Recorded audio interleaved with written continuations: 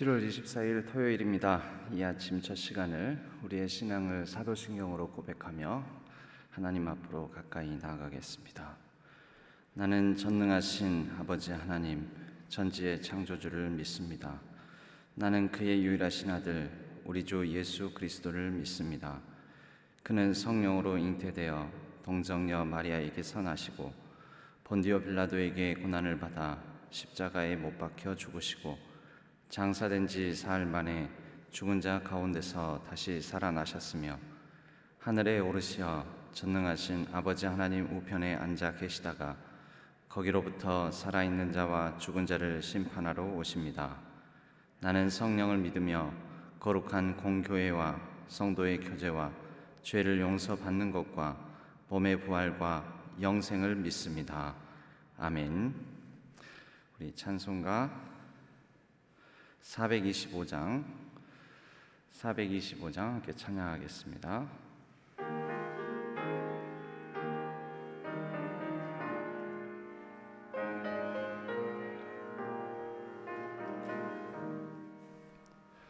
주님의 뜻을 이루소서. 고요한 중에 기다리니 진흙과 같은 날 빚으사 주님의 형상 만드소서. 주님의 뜻을 이루소서. 주님 발 앞에 엎드리니 나의 맘속을 살피시사 눈보다 희게 하옵소서. 주님의 뜻을 이루소서. 병들어 몸이 피곤할 때 권능의 손을 내게 펴사 강건케 하여 주옵소서. 주님의 뜻을 이루소서. 온전히 나를 주장하사 주님과 함께 동거함을 만민이 알게 하옵소서.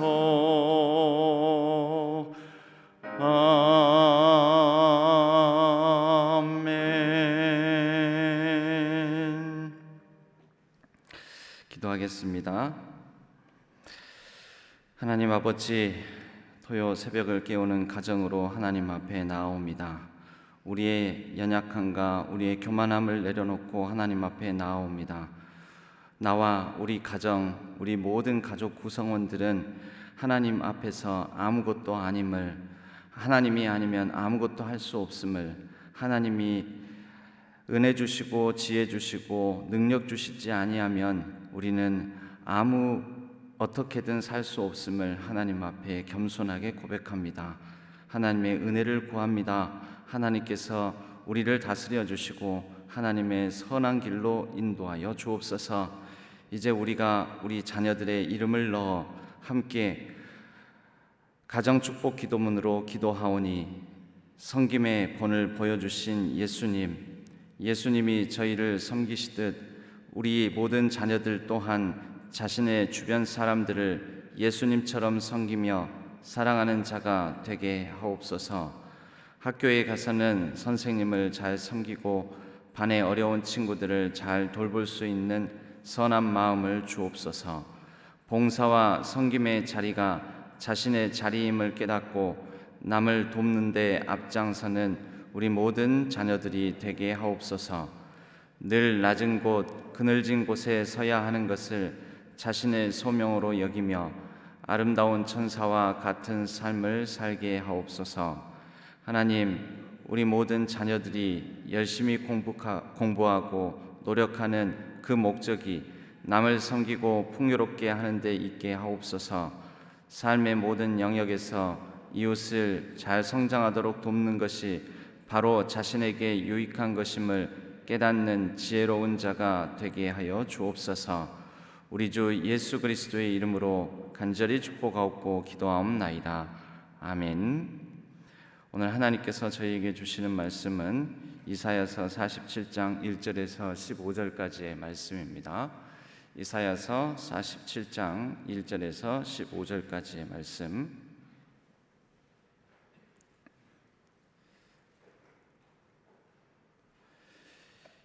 이사야서 47장 1절에서 15절까지의 말씀을 교독하도록 하겠습니다.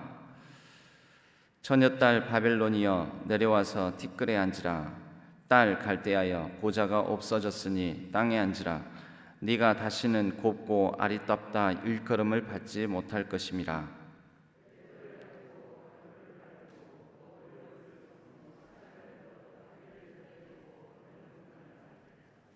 내 속살이 드러나고 내 부끄러운 것이 보일 것이라. 내가 보복하되 사람을 아끼지 아니하리라.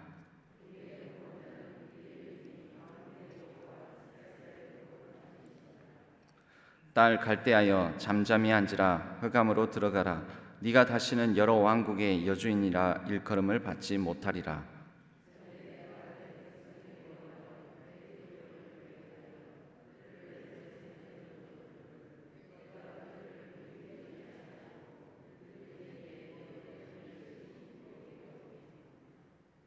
말하기를 내가 영영이 여주인이 되리라 하고 이 일을 네 마음에 두지도 아니하며 그들의 종말도 생각하지 아니하였도다.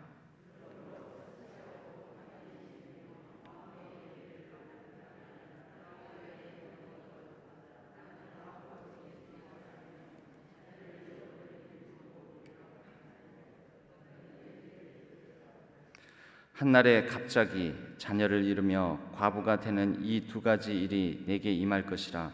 네가 무수한 주술과 많은 주문을 빌릴지라도 이 일이 온전히 내게 임하리라.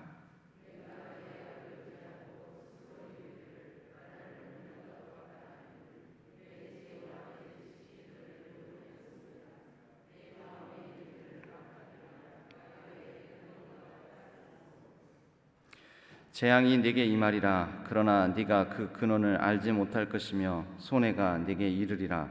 그러나 이를 물리칠 능력이 없을 것이며 파멸이 홀연히 내게 임하리라. 그러나 네가 알지 못할 것이니라.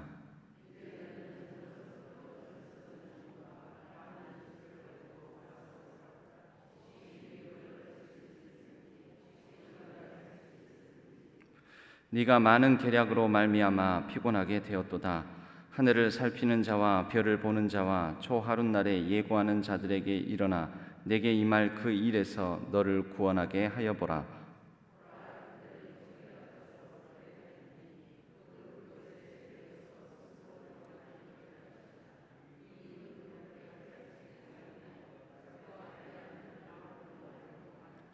합독하겠습니다. 네가 같이 힘쓰던 자들이 내게 이같이 되리니 어려서부터 너와 함께 장사하던 자들이 각기 제 길로 흩어지고 너를 구원할 자가 없으리라. 아멘. 이것은 하나님의 말씀, 이사야서의 말씀입니다. 오늘 말씀을 나누기 전에 정진욱 집사님 가정에서 특송으로 하나님께 영광 올려드리겠습니다. 정진욱 집사님, 그리고 아내 되시는 이희주 집사님, 그리고 딸 정유정, 아들 정연승이 있습니다. 오늘 아들 정연승은 지금 화천에서 군종병으로 복무 중에 있습니다. 그리하여 오늘 자리를 같이 하지 못했습니다. 찬양으로 하나님께 영광 올려드리겠습니다.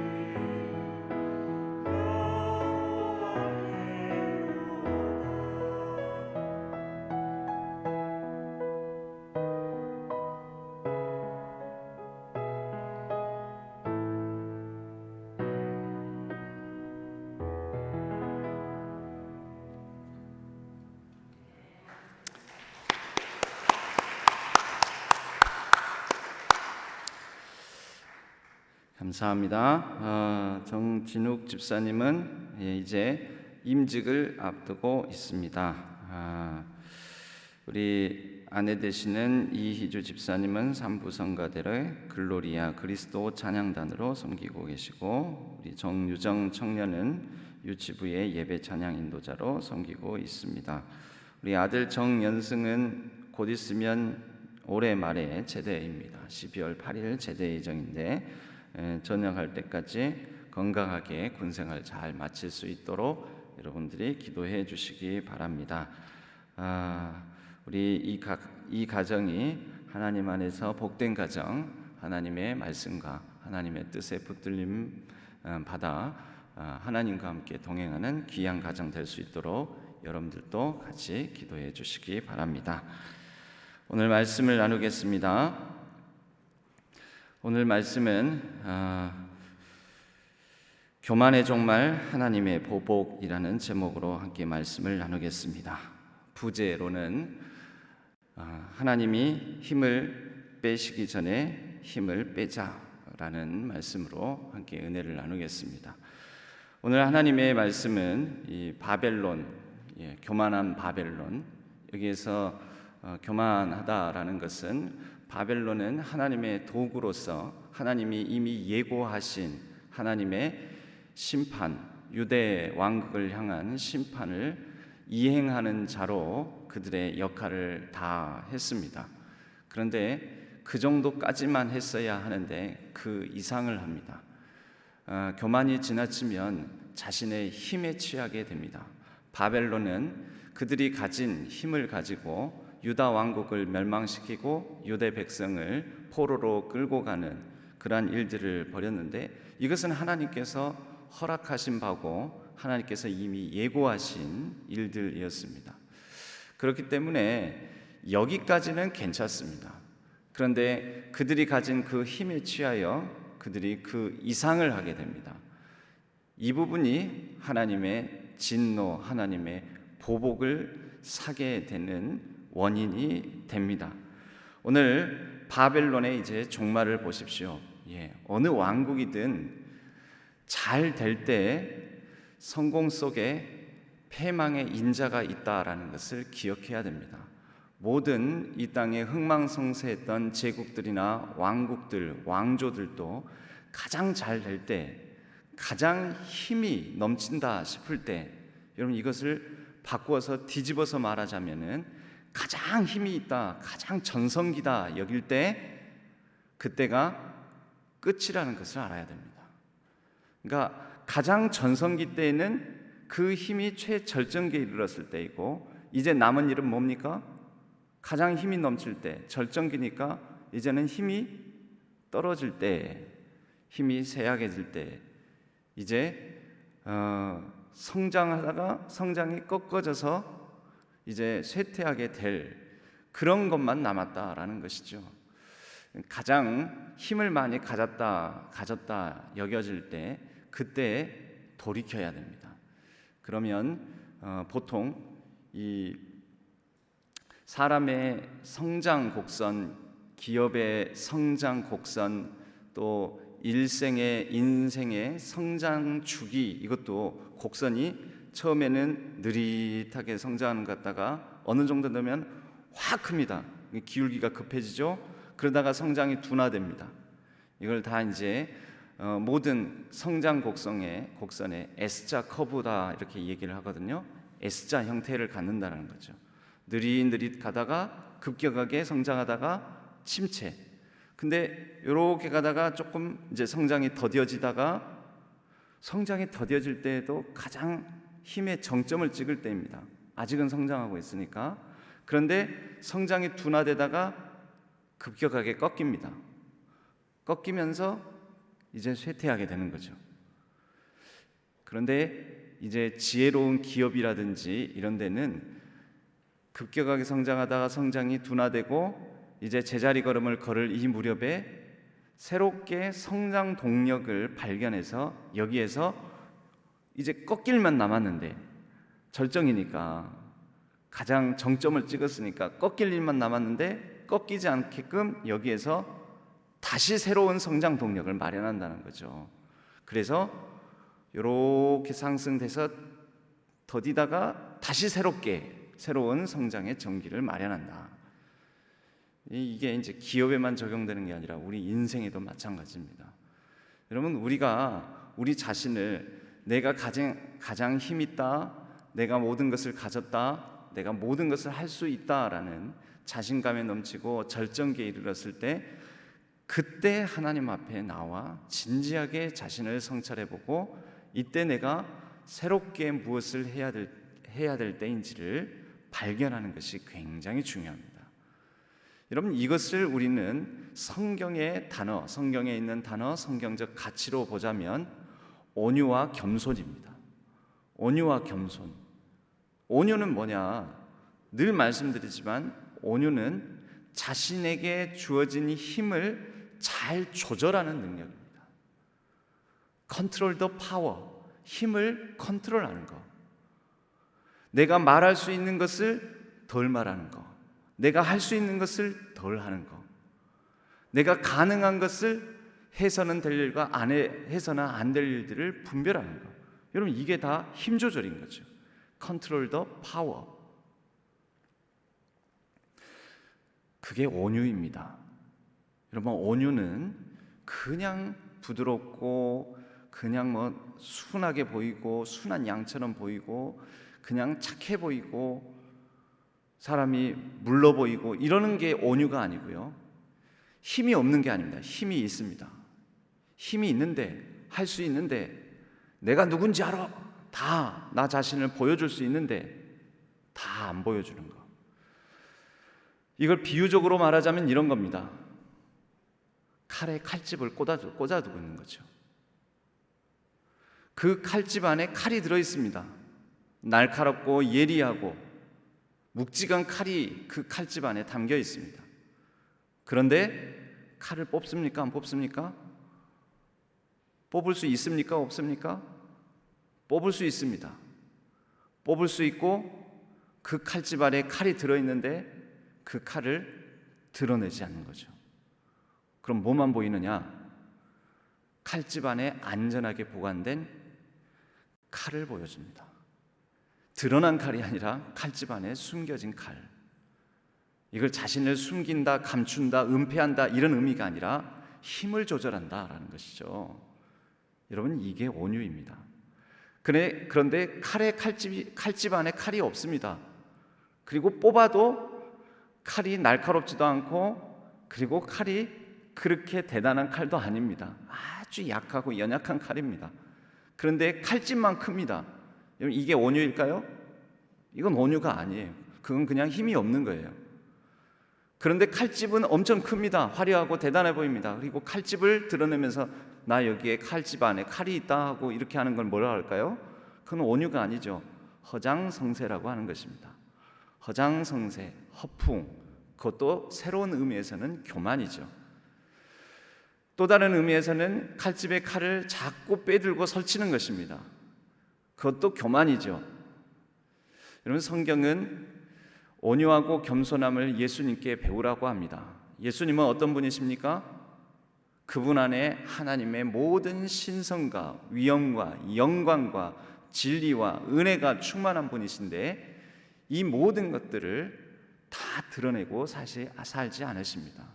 여러분, 때로는 하나님께서 왜 숨어 계실까? 숨어 계신 하나님, 여러분, 하나님은 온유하신 분이십니다. 그래서 자꾸 빈번하게 우리 삶에 초자연적, 초기적적으로 우리 삶에 등장하셔서 하나님께서 아야야 그건 그렇게 하는 게 아니야, 아유 이건 이렇게 하는 거야 하면서 초자연적으로 기적적으로 인생에 개입하시는 분이 아닙니다. 하나님 답답하시죠? 저래서는 안 되는데, 그러면 안 될 텐데, 그러면 저러면 큰일 날 텐데, 아이고 저러면 사고 날 텐데, 야야야야 빨간불인데 건너면 안 되는데.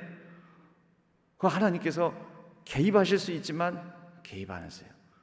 개입 안 하시는 게 아니라 하나님께서 온유하시기 때문에 그렇다. 우리가 이렇게 숨어 계신 하나님, 왜 하나님께서 자신의 전능과 자신의 전지함을 온전히 드러내시지 않을까라고 우리가 의심할 때가 많은데, 하나님의 전능과 전지가 드러나지 않는 이유는 하나님의 온유하신 품성의 원인도 있습니다. 자신의 능력, 기적적으로 무엇인가 뭐든지 다 하실 수 있는 것을 다 드러내시지 않는다라는 것이죠. 그럼에도 불구하고 하나님은 우리의 인생을, 우리의 역사를 주관하고 계십니다. 여러분, 우리는 어떻습니까? 오늘 본문에 나오는 바벨론은 어떻습니까? 힘 좀 있다고 지금 자신이 피지배 민족 많은 나라들을 전쟁으로 굴복시켜서 그들을 포로로 끌고 오고 그들을 다스릴 힘이 있다고 그들을 굉장히 억압하고 업신여기고 학대하고 가진 힘을 가지고 그렇게 사용합니다. 칼집에 칼을 빼어들어 마음대로 휘두르고 설칩니다. 하나님이 이런 것을 두고 볼까요? 하나님이 제일 싫어한 것 중에 하나가, 여러분, 구약에는 많은 역사가 나오지 않습니까? 유대인의 역사뿐만 아니라 이 이스라엘의 역사뿐만 아니라 이스라엘 유대를 둘러싼 많은 열방들의 역사가 나타나지 않습니까? 에돔, 다메섹, 그리고 암몬, 그리고 이 메소포타미아 지역의 아수르, 바벨론, 애굽, 이 이스라엘을 둘러싼 여러 나라들, 이 여러 나라들의 역사도 바로 구약 성경에 담겨 있습니다. 그런데 이 역사를 구약 성경은 담고 기술하면서 일관되게 말씀하고 있는 건 뭐냐? 함부로 힘있다고 설치면 까불다 나한테 혼난다. 까불다 혼난다. 이것을 일관되게 말씀하십니다. 하나님이 제일 싫어하시는 것 중에 하나가 갑질입니다. 갑질. 힘있다고 설치는 것. 근데 힘있다고 설치는 건 그나마 나은데 힘도 없는데 설치는 사람도 가끔은 또 있습니다. 힘이 있으나 없으나 아무튼 이렇게 교만함을 발휘하는 거 하나님께서 굉장히 싫어합니다. 그래서 힘 없는데 설치는 것은 하나님은 성경적 표현으로는 어리석다, 지혜롭지 못하다, 미련하다, 이게 성경의 표현으로는 그러고요. 힘을 가지고 설치는 것은 교만하다, 오만하다, 무서운 줄 모르고 까분다, 이렇게 이제 성경에서는 이런 식으로 표현을 합니다. 오늘 구체적으로 볼까요? 처녀딸 바벨론이여 내려와서 티끌에 앉으라. 딸 바벨론아, 딸 갈대아여. 갈대아는 바벨론의 다른 이름입니다. 이 바벨론 땅 지역을 갈대아 지역이라고 합니다. 보좌가 없어졌으니 땅에 앉으라. 네가 다시는 곱고 아리따다 일컬음을 받지 못할 것임이라. 그들이 이제 심판을 받아서 그들이 높은 보좌에서 힘 있는 권세 있는 자리에서 티끌, 땅바닥에 주저앉게 되었다는 거죠. 길바닥에 내앉게 되었다는 것입니다.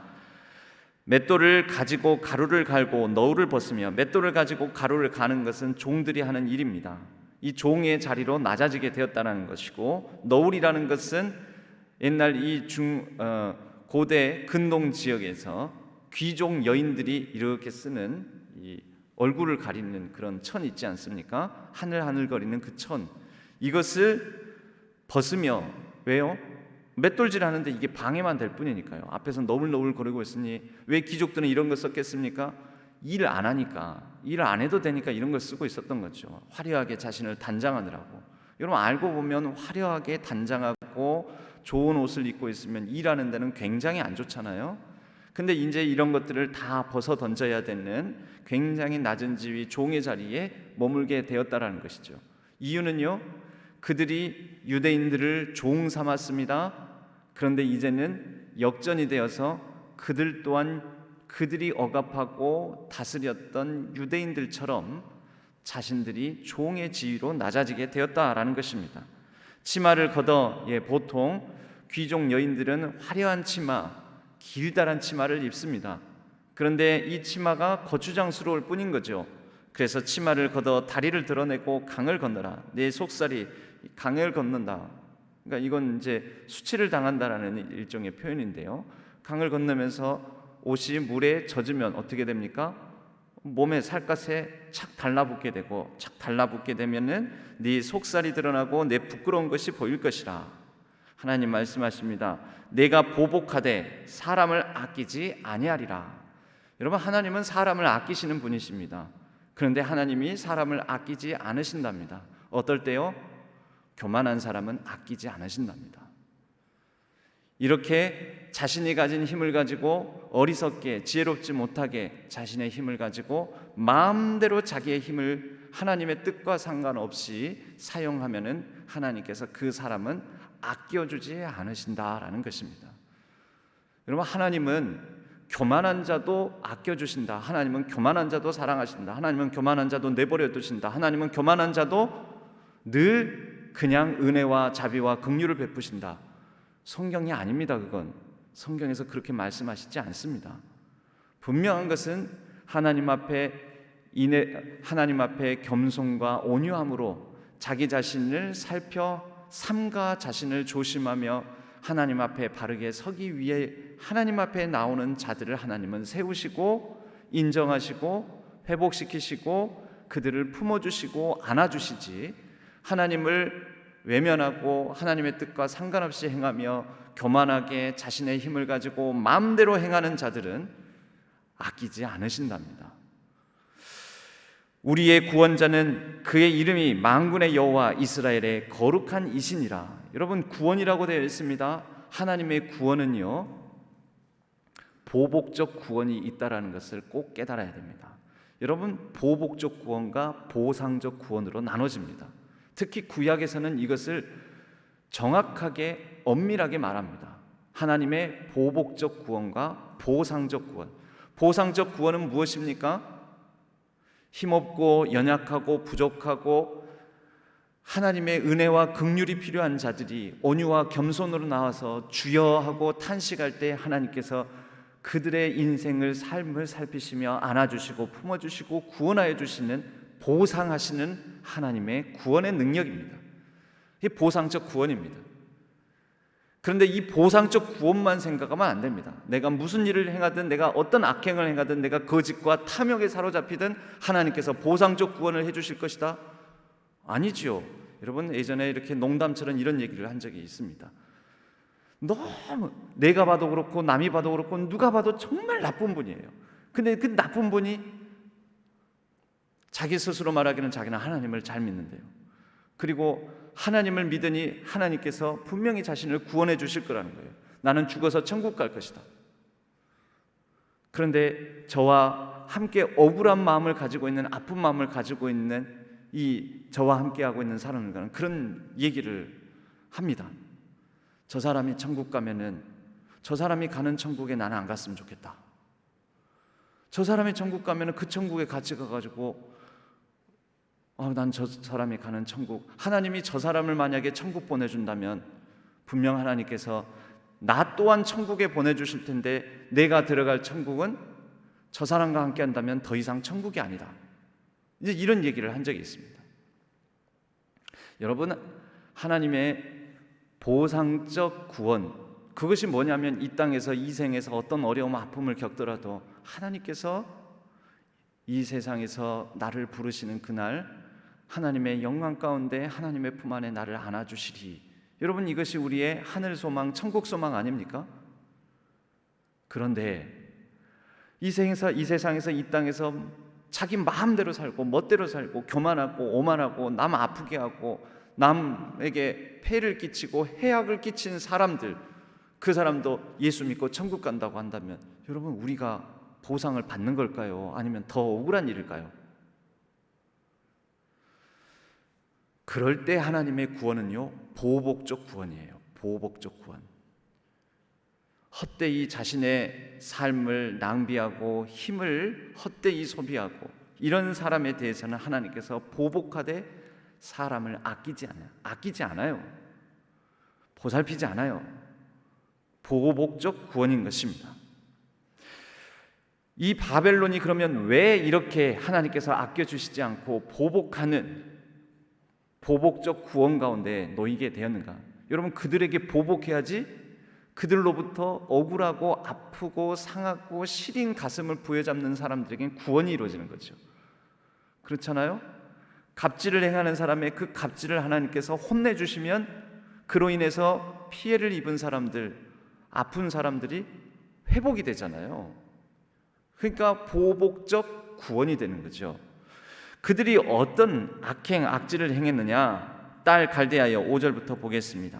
잠잠히 앉으라, 흑암으로 들어가라. 네가 다시는 여러 왕국의 여주인이라 일컬음을 받지 못하리라. 바벨론이 얼마나 무력으로 이방 나라들을 짓밟았는지 모릅니다. 전에 내가 내 백성에게 노하여 내 기업을 욕되게 하여 그들을 내 손에 넘겨 주었거늘. 여기까지는 하나님의 뜻입니다. 유대 왕국을 망하게 하시는 것, 유대 왕국을 하나님께서 바벨론 사람들의 손에 넘겨주신 것, 이것은 하나님의 도구로, 하나님의 심판의 수단으로 이 바벨론을 사용하신 것입니다. 그런데 그 다음이 문제죠. 네가 그들을 긍휼히 여기지 아니하고, 하나님이 칼자루를 주셨다고, 힘을 주셨다고 마음대로 휘두르고 마음대로 행하고 늙은이에게 내 멍에를 심히 무겁게 메우며 말하기를 내가 영영이 여주인이 되리라. 맞습니까? 여러분, 누가 주인입니까? 망한 유대 민족들에게나 유대 왕국을 망하게 한 바벨론에게나 하나님이 주인이시죠. 하나님이 주관하시죠. 하나님이 허락하셔서 그렇게 한 것이고, 그 상황 속에서 겸손하게 온유함으로 자신에게 주어진 힘을 선용할 수 있어야 되는 거죠. 그 힘을 조절할 수 있어야 되는데, 이렇게 교만함을 가지고 내가 영원히 주인이다 하고 이 일을 내 마음에 두지도 아니하며 그들의 종말도 생각하지 아니하였도다. 일의 결국 유대인들이나 또 그들 자신, 그들이 어떻게 될지, 그 교만의 끝이 어떻게 될지 생각하지 않았다라는 것입니다. 여러분, 그리스도인들은, 신앙을 갖고 살아가는 우리들은 끝을 보고 살아가는 것입니다. 지금 현재 오늘의 삶 가운데도 끝을 보며 끝을 붙들며 사는 것입니다. 그것을 이름하여 종말론적 신앙이라고 합니다. 매일 오늘을 마지막인 것처럼 끝을 보며 내가 오늘 지금 행하는 이 일의 끝, 결국이 어떻게 될까? 그거 생각해 보며 내가 지금 이렇게 말하고 이렇게 행동하는 것이 그 일의 결국은 어떻게 될까? 그것을 생각해 보며 내가 지금 말하고 행동하는 것이 하나님 보시기에 어떤 끝, 어떤 결말을 맺게 될까? 그 끝을 보고 살아가는 것입니다. 여러분, 우리는 끝도 없이 그냥 살아가지 않습니다. 모든 일에 결국이 있고 그 마지막 결국에는 하나님께서 이 모든 것들을 살펴 판단해 주실 것이다. 우리는 그 결국을 붙들고 살아가는 사람들이죠. 8절, 그러므로 사치하고 평안히 지내며, 여러분 여기까지도 괜찮습니다. 하나님께서 그들에게 부와 권력을 주셨으니까요, 바벨론에게. 그런데 마음에 이르기를 나뿐이라 나 외에 다른 이가 없도다. 이게 교만이에요. 나뿐, 내가 세상의 중심, 내가 모든 일의 중심이다라는 교만입니다. 나뿐이다 나 외에 다른 이가 없도다. 나는 과부로 지내지도 아니하며 자녀를 잃어버린 일도 모르리라 하는 자여, 너는 이제 들을지어다. 여기에서 과부로 지내고 자녀를 잃어버린 것, 이건 뭡니까? 전쟁 중에 남편이 죽고 전쟁 중에 자녀들도 전쟁 가운데에서 그 힘 있는 나라들에 의해서 빼앗기고 죽임당하고, 이런 서름을 말합니다. 이러한 서름을 당하는 일이 우리 바벨론 땅에는 없을 것이다 자신하고 교만하였지만, 이 어리석은 자들아, 9절, 한날에 갑자기, 여러분 성경에서 보통 갑자기, 한날에 갑자기, 이런 표현들은 신적 표현입니다. 우연이 아니죠. 역사에는 우연이 없습니다. 그 역사의 끝을 붙들고 계시는 하나님의 능력과 하나님의 행하신 일이 있을 뿐입니다. 한날에 갑자기 그 바벨론 땅도 어느 날 갑자기 새로운 제국에 의해서 교체가 되더라라는 것입니다. 한날에 갑자기 자녀를 잃으며 과부가 되는 이 두 가지 일이 내게 임할 것이다. 무엇입니까? 힘으로 흥한 자 힘으로 망한다. 전쟁으로 흥한 자 전쟁으로 망한다. 그래서 남편을 잃고 또 자녀들을 읽는 일들이 벌어지게 된다라는 거죠. 네가 무수한 주술과 많은 주문을 빌릴지라도 이 바벨론 제국은요, 주술의 능력, 점성술이 발달해서 이러한 주술과 점성술이 만연했고 이것이 바벨론의 자랑거리였습니다. 1월 성신을 섬기는 이들은 별자리의 흐름을, 하늘의 흐름을 보면서 그들이 온 세계가 어떻게 될지 운명을 결정할 수 있는 지혜와 지식을 가지고 있다라는 교만함이 있었습니다. 다 헤아리고 있다라는 거죠. 다 안다라는 것입니다. 그런데 네가 10절이요, 네가 네 악을 의지하고 스스로 이르기를 나를 보는 자가 없다. 하나님이 다 보고 계시는데 내 지혜와 내 지식이 너를 유혹하였습니다. 예, 그들이 가진 1월 성신 별자리의 흐름을 보면서 세계를 다 파악하고 있다라는 지혜와 지식을 갖고 있다라는 이 교만에 빠져서 그들이 허우적대고 있을 때 그들 마음속에서는 이렇게 또 생각하는 것입니다. 나뿐이라 나 외에 다른 이가 없다. 그럴 때 11절이요, 재앙이 내게 임하리라. 그러나 네가 그 근원을 알지 못할 것이며 손해가 내게 이르리라. 그러나 이를 물리칠 능력이 없을 것이며 파멸이 호련히 내게 임하리라. 그러나 네가 알지 못할 것이니라. 여러분, 철저하게 망할 때까지 이렇게 모른다라는 거예요. 그게 바로 자신이 이 세상의 중심이 나라고 생각하는 사람들의 특징이고 교만한 자들의 특징입니다. 자신이 가진 힘에 취하고 있는 사람의 특징입니다. 지혜로운 듯 하나 그러나 가장 미련한 자요, 가장 똑똑한 것 같으나 가장 어리석은 자입니다. 그러면 어떻게 해야 됩니까, 여러분? 망하기 전에, 망하지 않도록 하나님께서 힘 빼시기 전에 자신의 힘을 내려놓고 하나님 앞에 나아가야죠.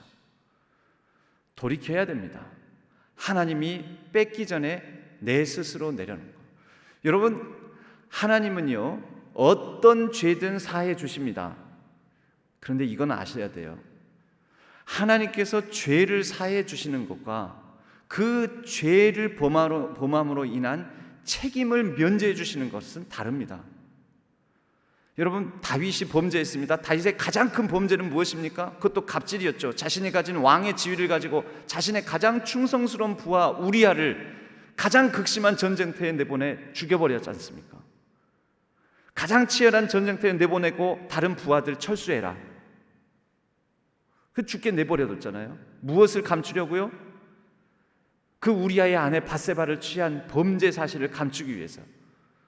여러분, 이 죄를 지적할 때 다윗은 회개했습니다. 하나님께서 다윗의 죄를 용서해 주셨습니까? 안 했습니까? 하나님 다윗의 죄를 용서해 주셨어요? 안 해주셨어요? 용서해 주셨어요. 여러분, 용서해 주셨습니다. 잘못하시면 안 돼요.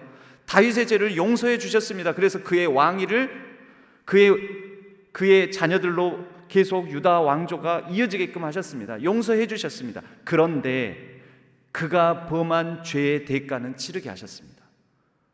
무엇이었죠? 다윗의 노년의 그의 삶이 그가 당한 것처럼 아들 압살롬으로부터 쫓겨 다녀야 했고, 그의 가정이 정말 비참했고, 그리고 솔로몬이 태어나기 이전에 그의 어린 아들이 죽어야 했고. 여러분, 하나님께서 죄를 용서해 주신다는 것과 나의 잘못으로 인해서 책임을 지는 것은 다릅니다. 하나님은 책임은 반드시 지우십니다. 우리가 굉장히 잘못 알고 신앙생활을 하면서 그리스도인들이 굉장히 오해하는 것들이 있습니다. 하나님은 어떤 죄든 사하여 주신다. 예, 맞습니다. 그건 진리의 말씀입니다. 그러나 어떤 잘못에 대한 내가 치러야 될 대가는 치러야 됩니다. 여러분, 속죄제의 규례가 있습니다. 속죄제는 하나님께 범죄한 것이 있을 경우에 그것을 하나님께 사하는 제물을 가지고 나아가서 속죄제의 제물을 드림으로 죄를 속하는 것입니다. 그런데 우리가 착각하는 게 있습니다.